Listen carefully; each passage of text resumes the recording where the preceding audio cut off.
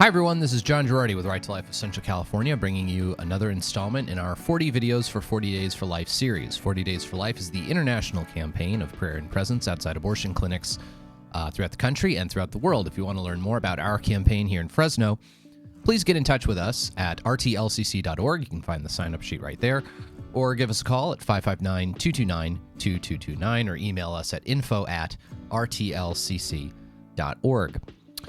Today on the show, I want to talk about this topic of, I think there's kind of a fundamental divide between pro-life and pro-choice people about the question of when exactly human dignity comes into existence, when human value, human worth, and thus the necessary protections of law to protect human life, when those should kick in.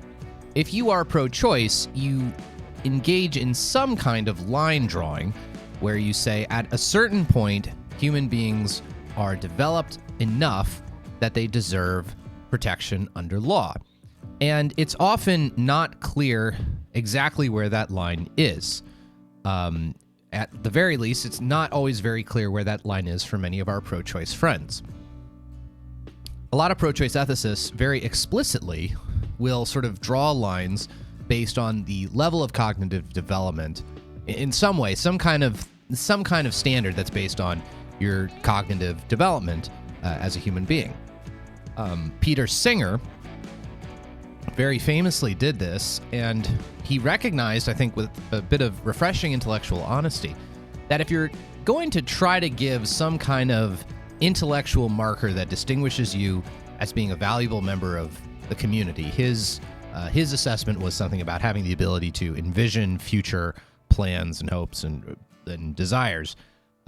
His sort of standard that he gave would basically make not just abortion morally permissible, but infanticide also. Infanticide up through the child's, I believe he said, the first 6 months of a child's life.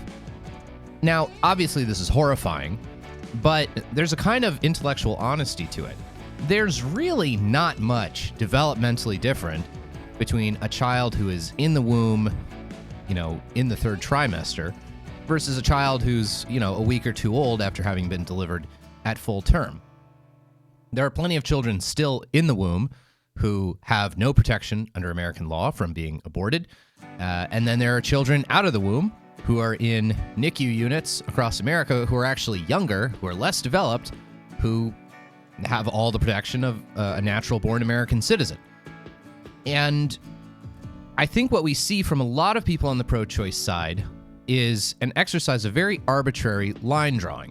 That if you're going to say it's something that has to do with development, so your brain being developed this much or your intellect being developed this much, then you have to draw a line. And it's a more or less arbitrary line where there are people very close to one side of the line who are allowed to live and people very close to the other side of the line who aren't. And there's really not much difference between them. Furthermore, it kind of strikes away entirely at the notion that human beings have a fundamental equality. If the Peter Singers of the world are correct, human beings are fundamentally not equal. Some human beings have better intellectual capacities than others.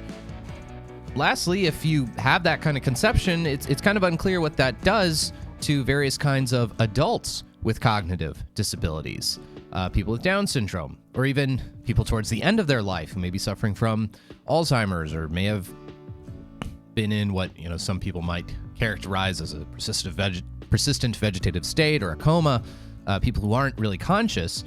Do those people still have value? I think the only way that you can remain really logically consistent and not start engaging in things that every human natural instinct we have would say is horrific and terrible is a pretty simple proposition. If you're a living human being, you have human value, and you shouldn't be murdered. That's the wild and crazy moral position that I've staked out for myself, and that most of us pro-lifers, most of us have done the same thing. For Right to Life of Central California, I'm John Girardi.